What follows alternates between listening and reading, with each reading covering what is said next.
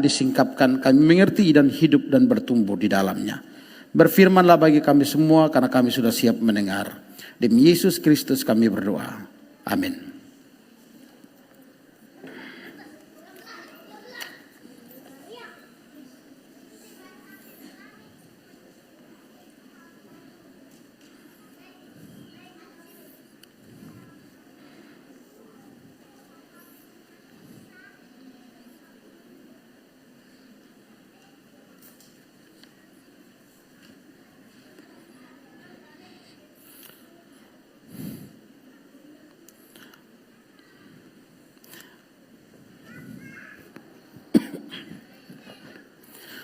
Baik jemaat Tuhan, saya mengajak kita semua membaca satu ayat, ya, satu nats firman Tuhan dari Filipi pasal 3 ayat 18. Filipi pasal 3 ayat 18.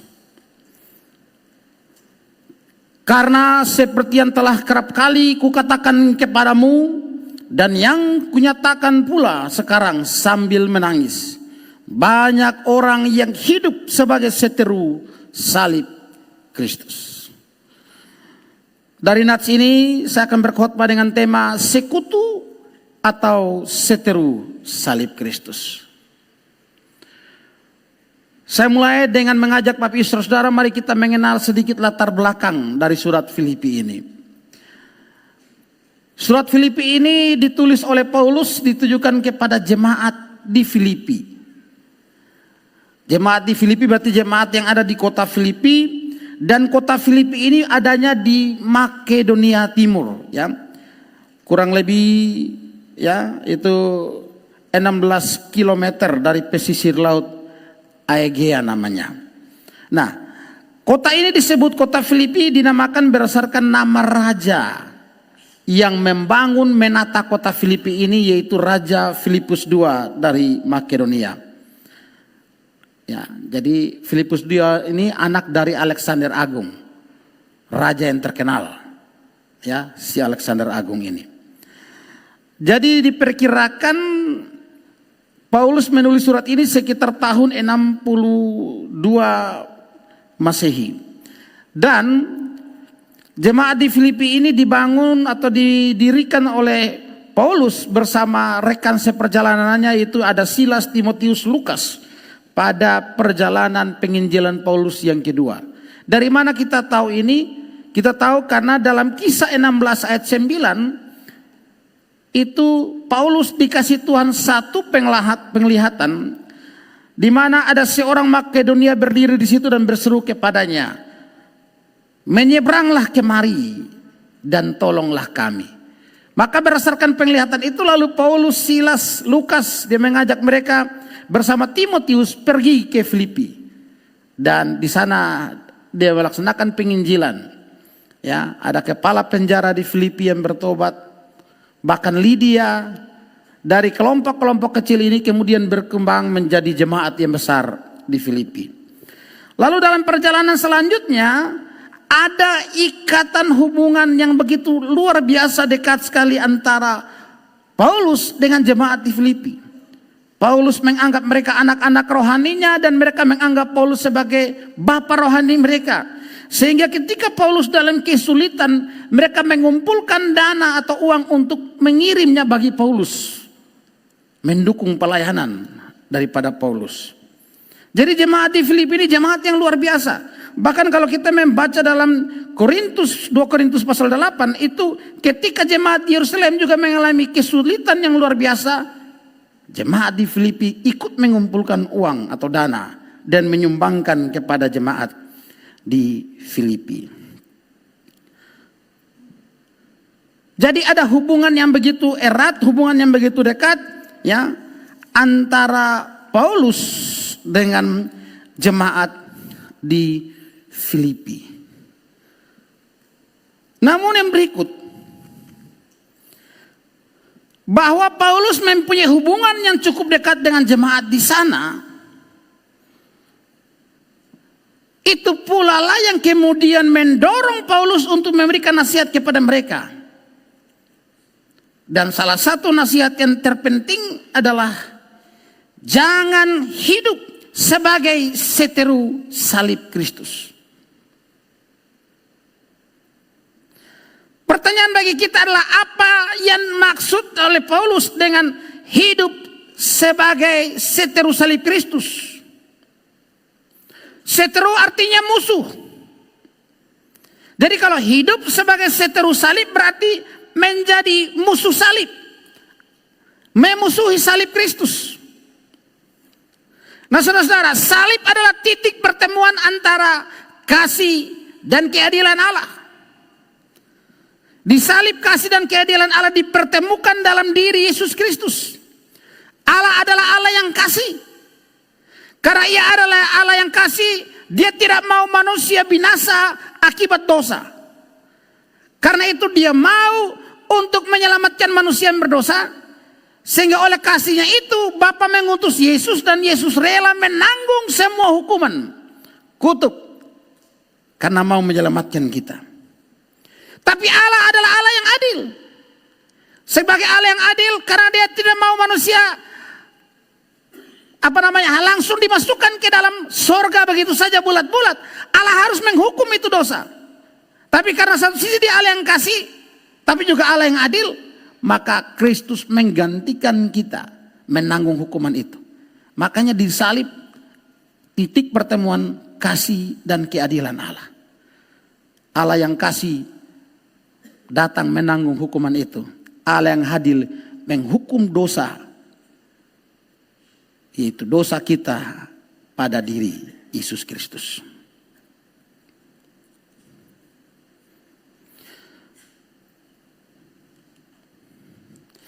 Jadi salib adalah simbol kasih dan keadilan Allah. Salib juga adalah simbol keselamatan. Bahwa melalui saliblah kita boleh memperoleh keselamatan. Tanpa salib tidak ada keselamatan. Salib simbol penebusan karena di salib dia mencurahkan darahnya untuk menebus segala dosa kita. Bukan sebagian, segala dosa kita. Itu salib. Salib juga adalah simbol kemenangan. Sebab melalui jalan saliblah maka dosa dan maut dikalahkan. Tetapi salib juga adalah simbol daripada pengorbanan dan penderitaan. Jadi jangan hanya melihat sebagai kemenangan, tapi juga simbol pengorbanan dan penderitaan. Sehingga ketika Yesus berkata pikul salib, ini juga bukan hal yang sepele.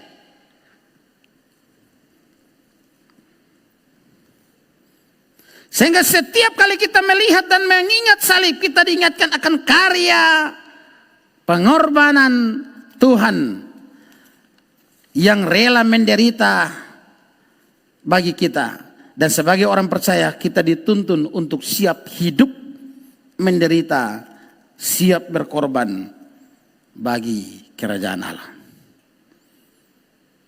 Nah, kalau menjadi seteru salib atau menjadi musuh salib berarti kita menolak terhadap semuanya itu. Berarti kita menolak menderita. Kita menolak yang namanya karya penebusan. Kita menolak yang namanya kasih dan keadilan Allah. Itu yang disebut menjadi seteru salib. Menurut Alkitab Penuntun Hidup Berkelimpahan, dia bilang begini. Seteru salib Kristus dapat diartikan sebagai orang yang mengaku percaya, tetapi mencemarkan Injil dengan cara hidup yang amoral, tidak bermoral, dan hidup menurut ajaran palsu.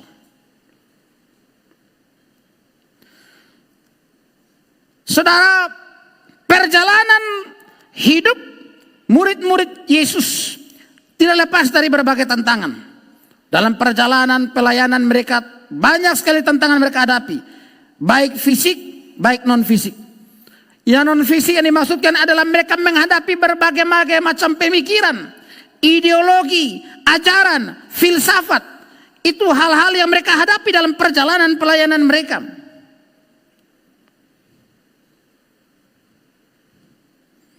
Dan ini merongrong pelayanan-pelayanan mereka di berbagai tempat.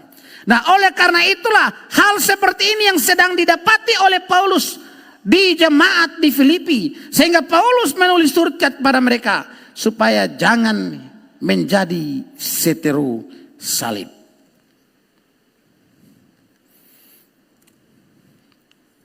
Saudara, Anda dan saya, kita semua orang Kristen, ada pada pilihan atau posisi menjadi sekutu atau menjadi seteru salib. Kita semua ada dalam posisi menjadi sekutu atau menjadi seteru salib. Tidak ada posisi netral. Tidak ada posisi netral. Kalau Anda menjadi sekutu salib, otomatis Anda bukan seteru salib. Tapi kalau Anda menjadi seteru salib, otomatis Anda bukan sekutu salib Kristus. Nah, kalau kita memperhatikan semua pasal dalam surat Filipi, kita akan menemukan persoalan yang sedang dihadapi jemaat di Filipi, yang kemudian mendorong Paulus menulis nasihat bagi mereka, yang termasuk terutama di dalamnya dia mengatakan jangan hidup menjadi seteru salib Kristus. Persoalannya menyebabkan Paulus menyebut mereka hidup sebagai seteru salib Kristus adalah diantaranya yang pertama. Ternyata ada orang yang memberitakan Kristus karena dengki. Ini kita lihat dalam pasal 1 ayat 15 sampai 17. Ada orang yang memberitakan Kristus karena dengki dan perselisihan, tetapi ada pula yang memberitakannya dengan maksud baik. Mereka ini memberitakan Kristus karena kasih, sebab mereka tahu bahwa aku ada di sini untuk membela Injil. Tetapi yang lain karena kepentingannya sendiri dan dengan maksud yang tidak ikhlas, sangkanya dengan demikian mereka memperberat bebanku dalam penjara. Tetapi tidak mengapa, sebab bagaimanapun juga Kristus diberitakan dengan baik, dengan maksud palsu maupun dengan jujur. Tentang hal itu aku bersuka cita dan aku tetap bersuka cita. Ada orang yang ikut kesannya ikut memberitakan tentang Kristus, tapi memberitakannya karena dengki dan perselisihan. Ya. Murninya bukan ingin memberitakan tentang Kristus. Ini persoalan pertama. Yang kedua, ada orang yang hanya mencari kepentingan sendiri dan pujian yang sia-sia. Filipi pasal 2 ayat 3, 4. Dengan tidak mencari kepentingan sendiri atau puji-pujian yang sia-sia.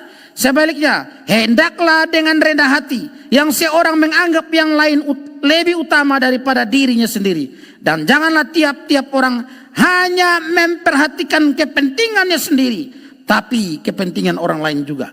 Jadi rupanya ada orang di sana, jemaat di sana yang mencari kepentingan sendiri, tidak mempedulikan orang lain. Lalu dalam pelayanan, dalam kehidupan berjemaat, dia mau mencari pujian-pujian yang sia-sia. Saya kira ini hal yang kita temukan di banyak tempat. Dan semoga di sini tidak. Ya. Dan memang ini jeratan bagi banyak orang. Ya, jeratan bagi banyak orang. Ada banyak orang menggunakan mimbar. Ya, saya kalau bilang mimbar bukan berarti mimbar di sini. Tapi banyak orang menggunakan mimbar bukan untuk memuliakan Kristus. Tetapi untuk memuliakan dirinya sendiri. Banyak orang bukan sedang mencari kemuliaan bagi Kristus, tapi sedang mencari kemuliaan untuk dirinya sendiri.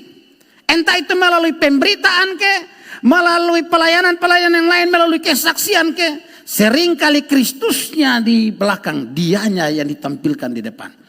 Ini mencuri kemuliaan Allah. Dan ini bukan ciri pelayan yang sejati. Ini bukan ciri orang Kristen sejati. Orang-orang seperti ini mencuri kemuliaan Tuhan. Banyak orang seperti ini. Dan ini Paulus temukan dalam jemaat di Filipi. Kemudian yang ketiga, adanya penyesat-penyesat guru-guru palsu yang mengajarkan legalistik. Ya, yang mengajarkan bahwa untuk selamat tidak cukup hanya dengan percaya pada Yesus saja, tapi harus disunat serta melakukan kebiasaan-kebiasaan lahiriah lain dari Yudaisme atau dari Yahudi. Ini bisa kita lihat dalam Filipi pasal 3 ayat 2 sampai 3. Hati-hatilah terhadap anjing-anjing, hati-hatilah terhadap pekerja-pekerja yang jahat, hati-hatilah terhadap penyunat-penyunat yang palsu. Karena kitalah orang-orang bersunat yang beribadah oleh Roh Allah dan bermegah dalam Kristus Yesus dan tidak menaruh percaya pada hal-hal lahiriah. Dari persoalan berikut ada penyesat muncul di antara mereka. Orang-orang yang sudah Kristen tapi masih membawa pandangan-pandangan, ajaran-ajaran, kebiasaan-kebiasaan, tradisi-tradisi Yahudi, sehingga mewajibkan jemaat di sana harus sunat dulu. Berarti mereka mengajarkan untuk selamat tidak cukup beriman saja tanpa perbuatan baik. Ini penyesat yang Paulus temukan di jemaat di Filipi. Jadi bukan baru sekarang ada ajaran-ajaran seperti itu. Dari dulu sudah ada, sekarang ada, dan akan terus ada sampai nanti Kristus datang kembali. Yang keempat, masalah yang berikut. Ada orang yang seolah-olah melayani Tuhan, tetapi yang dikejar adalah kepentingan perutnya. Filipi pasal 3 ayat 19a. Kesudahan mereka ialah kebinasaan, Tuhan mereka ialah perut mereka. Dia seolah-olah sedang melayani, seolah-olah hidup aktif dalam bergereja, tapi sebenarnya yang mereka kejar adalah kepentingan perut, bukan kepentingan kerajaan Allah. Mereka menjadikan perut mereka sebagai Tuhan. Ini kata-kata yang keras menurut saya. Ya, mereka tidak memikirkan apapun tentang hal-hal surgawi. Bagi mereka yang penting adalah kebutuhan jasmani. Nah, mengenai orang-orang seperti ini, Rasul Paulus dalam suratnya kepada jemaat di Roma, ini surat yang berbeda, dia bilang begini. Sebab orang-orang yang demikian tidak melayani Kristus Tuhan kita, tetapi melayani perut mereka sendiri. Roma 16 ayat 18. Mereka bukan sedang melayani Kristus. Jadi motivasi mereka dalam pelayanan, uang, perut atau materi.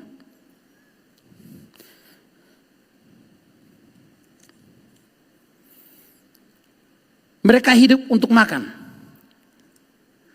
Ya, bukan makan untuk hidup. Mereka hidup untuk makan. Padahal kita butuh makan, tapi bukan hidup untuk makan.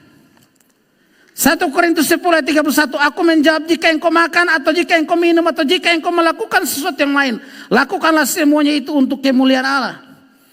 Jadi makan bukan dosa. Tapi kalau hidup hanya untuk makan, yang kau kejar makan, perut, nah ini menjadi dosa. Dan inilah yang Paulus lagi sorot dan temukan di jemaat di Filipi. Yang kelima, ada orang yang mempraktekkan hidup yang hedonis. Ya, hedonisme adalah istilah yang berasal dari bahasa Yunani, hedon, yang berarti kesenangan.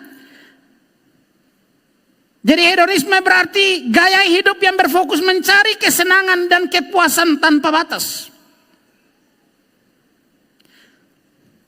Sifat dari hedonisme adalah berusaha menghindari hal-hal yang menyakitkan atau yang menyusahkan dengan memaksimalkan perasaan-perasaan yang menyenangkan dari hal-hal yang lahiriah.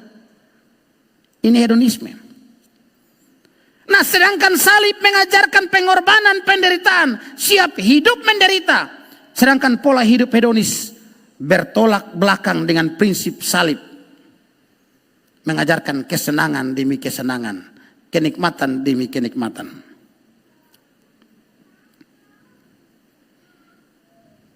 Yang berikut ada orang yang mempraktikkan hidup antinomisme.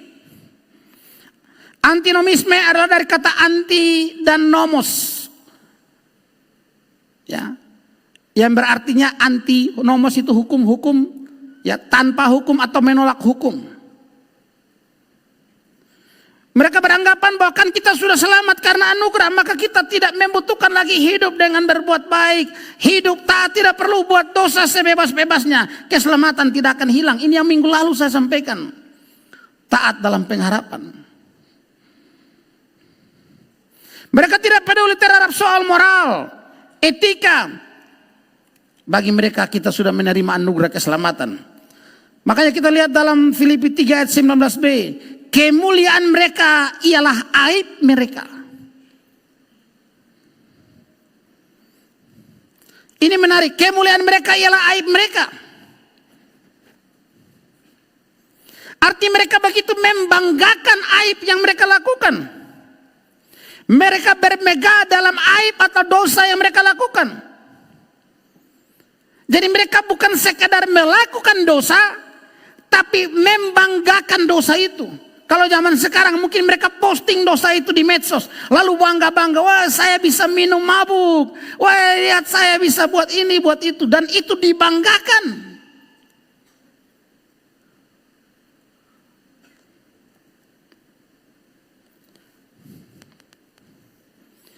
Dosa itu saja sudah aib. Apalagi membanggakan dosa itu. Jadi ini memang keterlaluan sekali. Nah saudara, pada zaman ini ada banyak orang seperti itu. Ya, ada banyak orang hidup seperti itu. Melakukan dosa, tapi membanggakan dosa itu. Memamerkan dosa itu. Dan tidak merasa bersalah atas dosa itu. Orang yang cenderung membanggakan dosa, yang sudah dia lakukan, akan justru sebaliknya, dia malu kalau melakukan kebenaran. Suruh aktif ikut dalam pemberitaan Injil, dia malu. Aktif ikut dalam pelayanan, dia malu. Tapi kalau ajak aktif dalam buat dosa, nah ini baru oke. Coba kita renungkan. Apa yang kita malu dalam kehidupan kita sehari-hari? Malu buat dosa atau malu ikut dalam pelayanan, malu ikut memberitakan Injil? Kalau saudara malu diajak ikut dalam pelayanan, jangan-jangan saudara adalah orang yang tidak malu dalam berbuat dosa. Mestinya kita malu melakukan dosa dan tidak malu di dalam melayani, memberitakan Injil. Yang ketujuh, ini yang terakhir yang Paulus temukan di jemaat di Filipi adalah bahaya dan praktek hidup sekularisme. Sekularisme berasal dari kata sekuler, ya, yang merupakan hal-hal yang bersifat duniawi dan mengesampingkan keagamaan atau kerohanian. Jadi bagi mereka yang penting adalah hal-hal yang bersifat duniawi. Kerohanian, keagamaan, Tuhan itu dikesampingkan. Mengapa? Karena yang nyata hari ini realitanya adalah makan, minum, uang. Tuhan tidak nyata, surga tidak nyata. Jadi mereka lebih mengutamakan hal-hal yang mereka lihat. Hal-hal yang ada saat ini. Bukan yang nanti, bahkan yang tidak bisa dilihat. Dalam ayat 19, bagian C dibilang, pikiran mereka semata-mata tertuju kepada perkara duniawi. Sekularisme. Mereka tidak memikirkan sedikit pun tentang hal surgawi atau hal-hal rohani. Mereka yang dikuasai dalam faham ini mengatakan bahwa aku tidak percaya pada apa yang tidak kelihatan atau yang adikodrati atau yang nanti. Yang penting adalah yang sekarang yang ada di sini. Surga tidak nyata karena tidak bisa dilihat, maka itu tidak penting. Uang nyata, itu saya butuh. Makanan nyata, itu saya butuh. Pekerjaan, itu saya butuh. Maka Tuhan, surga nanti. Banyak yang seperti ini.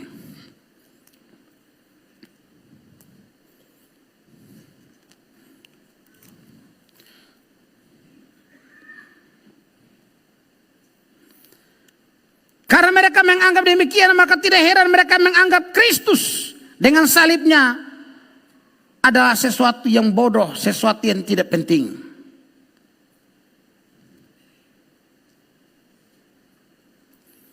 Saudara, coba kita baca Yakobus pasal 4 ayat 4. Yakobus pasal 4 ayat 4. Hai kamu orang-orang yang tidak setia, tidakkah kamu tahu bahwa persahabatan dengan dunia adalah permusuhan dengan Allah? Jadi barang siapa hendak menjadi sahabat dunia ini, ia menjadikan dirinya musuh Allah. 1 Yohanes 2 ayat 15. Janganlah kamu mengasihi dunia ini dan apa yang ada di dalamnya. Jikalau orang mengasihi dunia ini, maka kasih Bapa tidak ada dalam orang itu. Saudara, cobalah renungkan.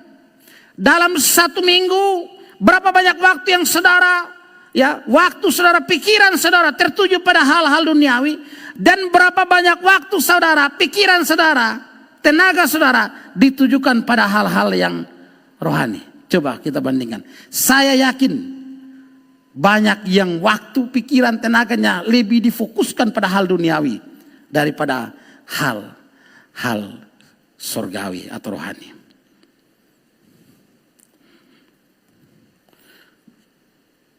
Kalau memang demikian, maka kita harus sadar kita sedang terjebak dalam sekularisme agama.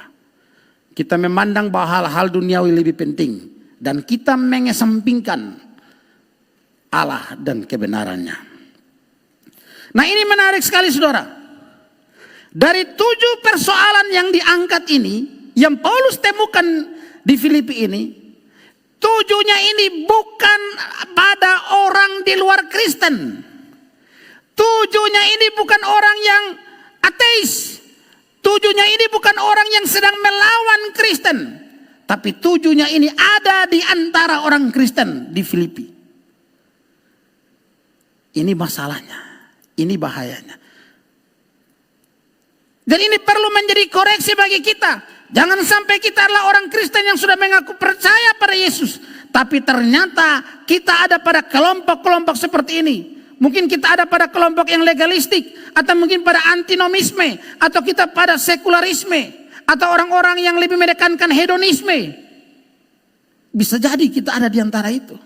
Dan kalau kita ada di antara itu, dengar baik-baik, itu berarti kita sedang hidup sebagai seteru salib Kristus.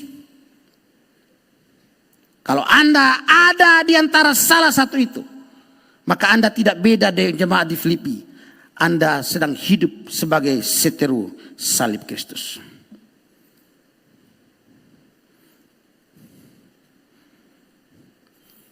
Dengar baik-baik, seteru salib Kristus bukan hanya orang yang membenci Kristus, anti kepada Kristus dan salibnya, yang tidak mau percaya Yesus, tidak. Bukan hanya itu. Tapi seteru salib Kristus juga adalah orang-orang yang tadinya mengaku sudah percaya pada Yesus, tapi mengejar puji-pujian, mengejar kepentingan perut. Tapi orang-orang yang mengejar kesenangan, orang-orang yang mengejar hal-hal, atau bahkan orang-orang yang sedang aktif hidup melayani, tapi mengikuti ajaran-ajaran yang sesat. Seperti yang saya sampaikan tadi, legalistik. Menambahkan kepada iman perbuatan sebagai syarat untuk selamat.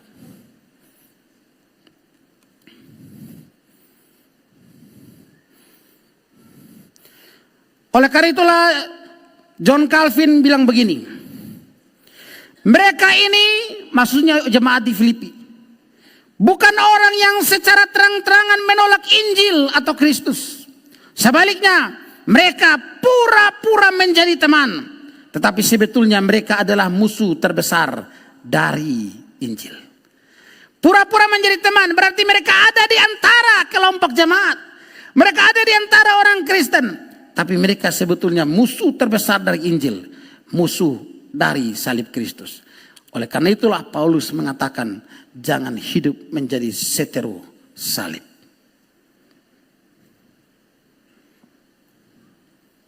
Apa yang Paulus sampaikan kepada jemaat di Filipi, yaitu jangan hidup sebagai seteru salib, bisa memasuki hidup banyak orang Kristen zaman sekarang.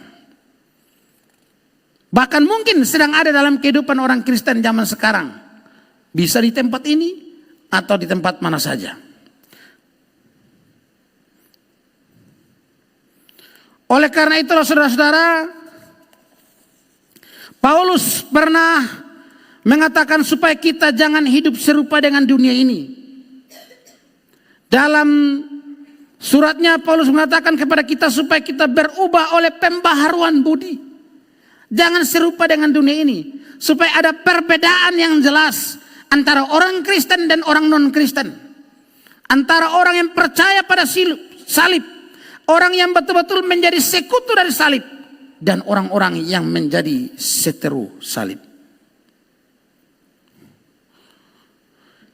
Ketahuilah, untuk orang-orang yang tadi, yang walaupun labelnya Kristen, yang walaupun sudah ngaku Kristen, sudah ada dalam kelompok gereja, sudah ada dalam kelompok persekutuan, tetapi ternyata pola hidupnya seperti 7 hal tadi yang ada para jemaat di Filipi. dengan begitu tegas dalam ayat yang ke-19 bagian A, Paulus bilang begini, hidup mereka akan berakhir dengan kebinasaan. Atau dikatakan kesudahan mereka adalah kebinasaan. Dengan tegas, Paulus tidak mengambil dengan lembut bahwa nanti mungkin selamat. Tidak, Paulus bilang orang yang menjadi seteru salib, orang yang legalistik, orang yang antinomisme, orang yang hedonisme, orang-orang yang mencari kepentingan duniawi, sekularisme, orang-orang yang tadi menjadi seteru salib Kristus, kesudahan mereka adalah kebinasaan. Sekalipun mereka ada dalam gereja, tetapi ternyata mereka ada di luar Kristus. Dan karena itulah kesudahan mereka adalah kebinasaan. Tidak heran saudara, saya ingat kata-kata saya. Apa yang pernah saya sampaikan dari mimbar ini, di gereja ini, saya ingat. Saya pernah katakan, ada di dalam gereja, belum tentu ada di dalam Kristus. Tapi ada di dalam Kristus, pasti ada di dalam gereja. Banyak orang ada dalam gereja, tapi ternyata dia tetap di luar Kristus. Banyak artis terkenal, masuk menambah jumlah bilangan orang Kristen, tapi tidak ada di dalam Kristus. Jadi kalau satu artis bilang masuk Kristen, kita tepuk tangan, saya tidak tepuk tangan. Lihat dulu dia masuk karena apa. Dia, Pak, ini dia berhasil bawa dia punya suami, dia punya istri masuk Kristen. Jangan sampai dia masuk hanya untuk menambah jumlah orang Kristen yang adalah menjadi seteru salib. Dan mempermalukan kekristenan.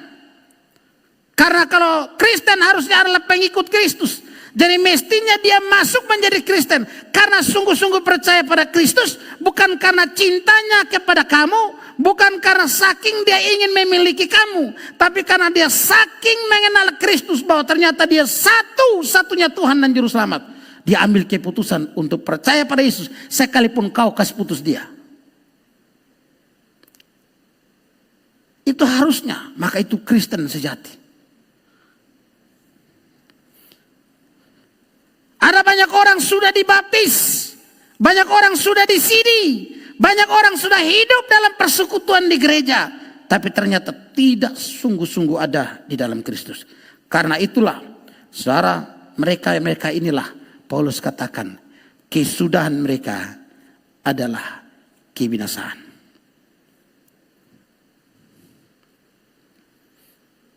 Tidak ada kompromi bagi orang-orang seperti ini. Yang mereka cari kesenangan. Yang mereka cari kenikmatan dunia. Tapi pada akhirnya ujungnya adalah mereka mengalami kebinasaan atau kematian kekal. Saudara, kita butuh uang. Kita butuh harta. Ya. Tetapi bukan itu yang menjadi tujuan utama kita. Bukan itu yang menjadi tujuan utama kita. Kalau itu yang menjadi tujuan utama kita, maka kita sudah bergeser dari salib Kristus. Mestinya Kristus menjadi tujuan kita. Kristus menjadi fokusnya kita.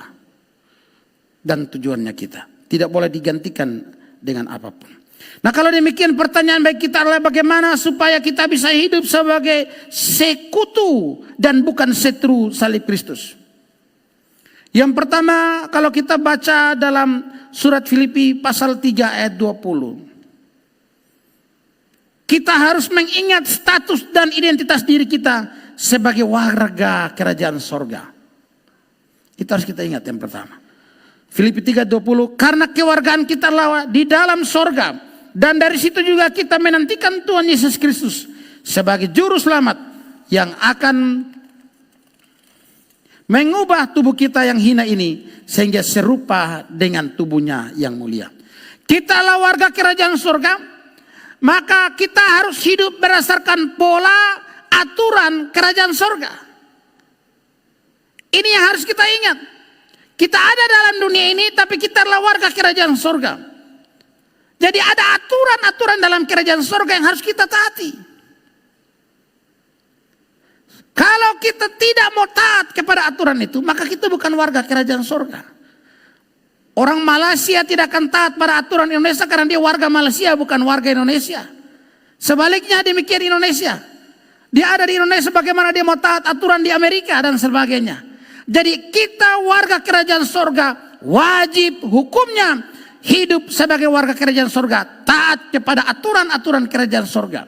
Dan aturan-aturan itu adalah firman-Nya.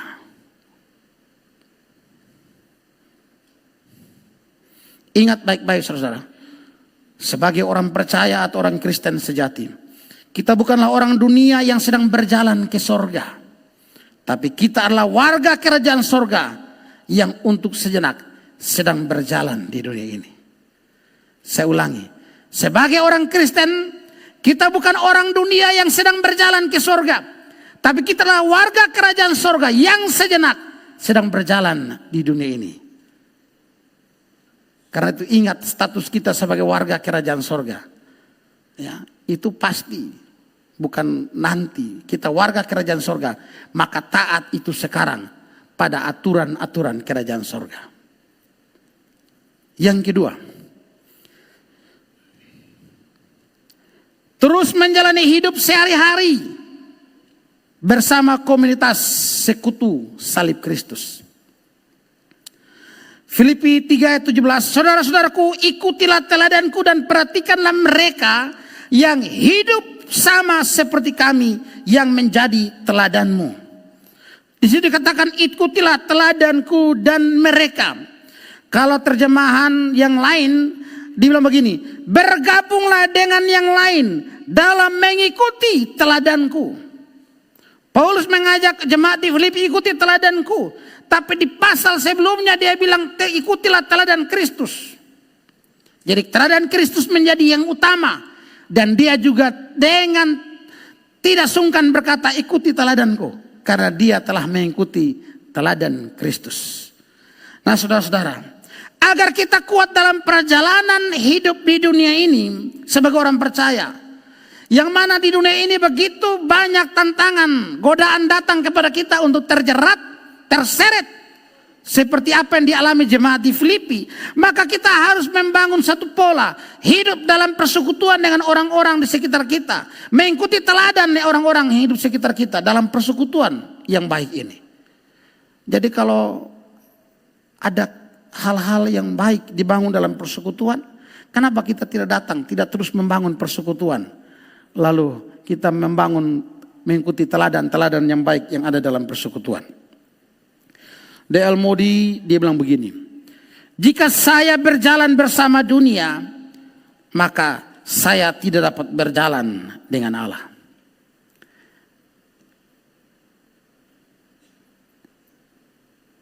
Kalau saya berjalan dengan dunia, saya tidak dapat berjalan dengan Allah.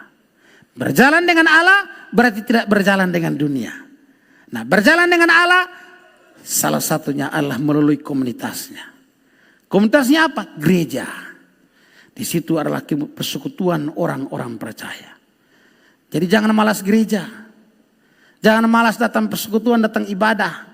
Jangan malas datang PA. Karena lewat semua itu kita dibangun, kita dibentuk. Kita diisi. Kita belajar kebenaran. Kita belajar tentang tata hidup, pola hidup warga kerajaan sorga. Sehingga hidup kita di dunia ini, walaupun ada di dunia, tapi mencerminkan hidup warga kerajaan sorga.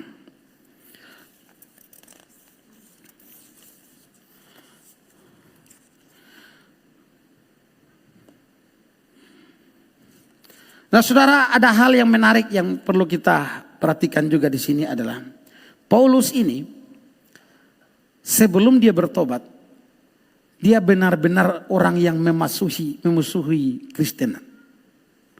Ya. Dicatat bagaimana dia menganiaya orang Kristen, membunuh orang Kristen.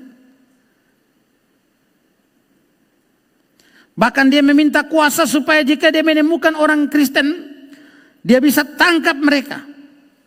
Dia minta kuasa itu kepada kaisar.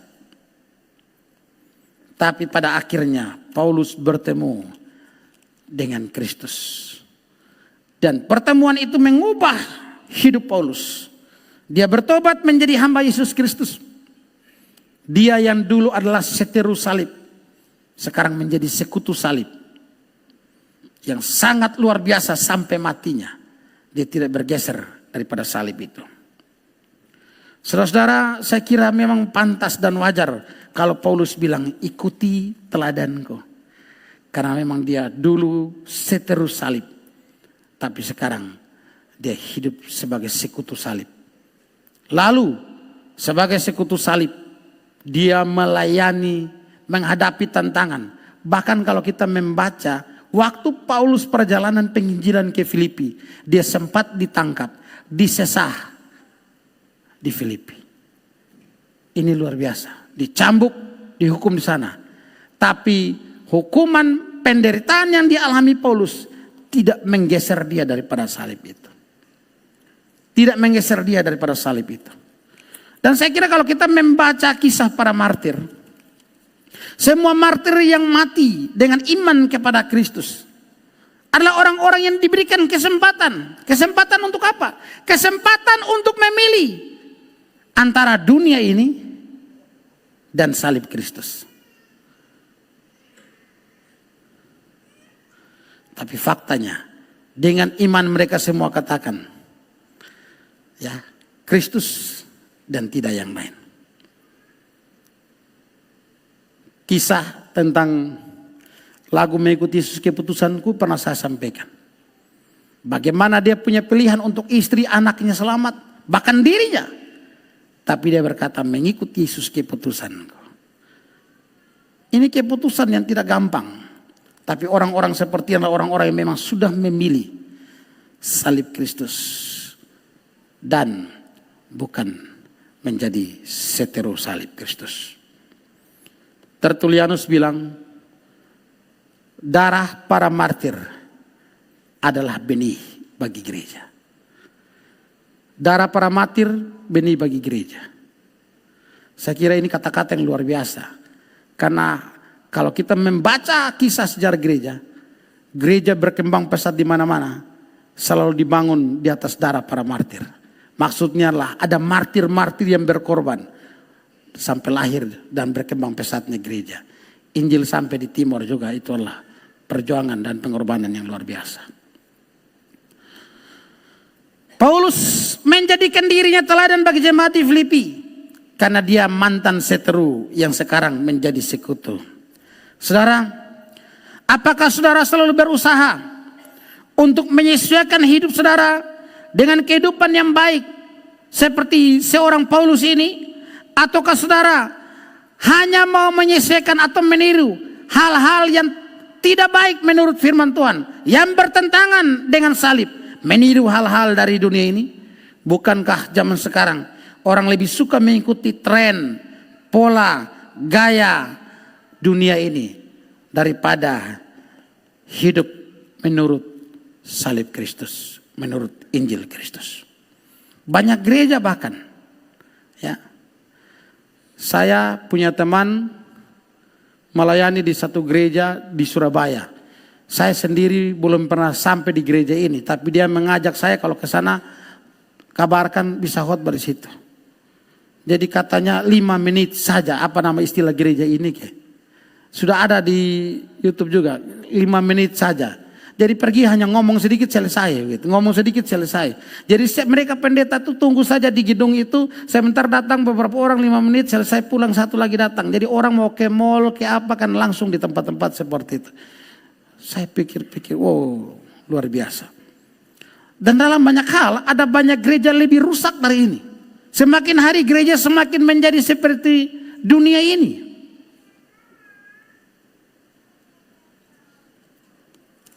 Nah, kita mau ikut tren yang mana? Kita mau ikut teladan seperti Paulus atau mau ikut teladan orang-orang yang menjadi seteru salib Kristus?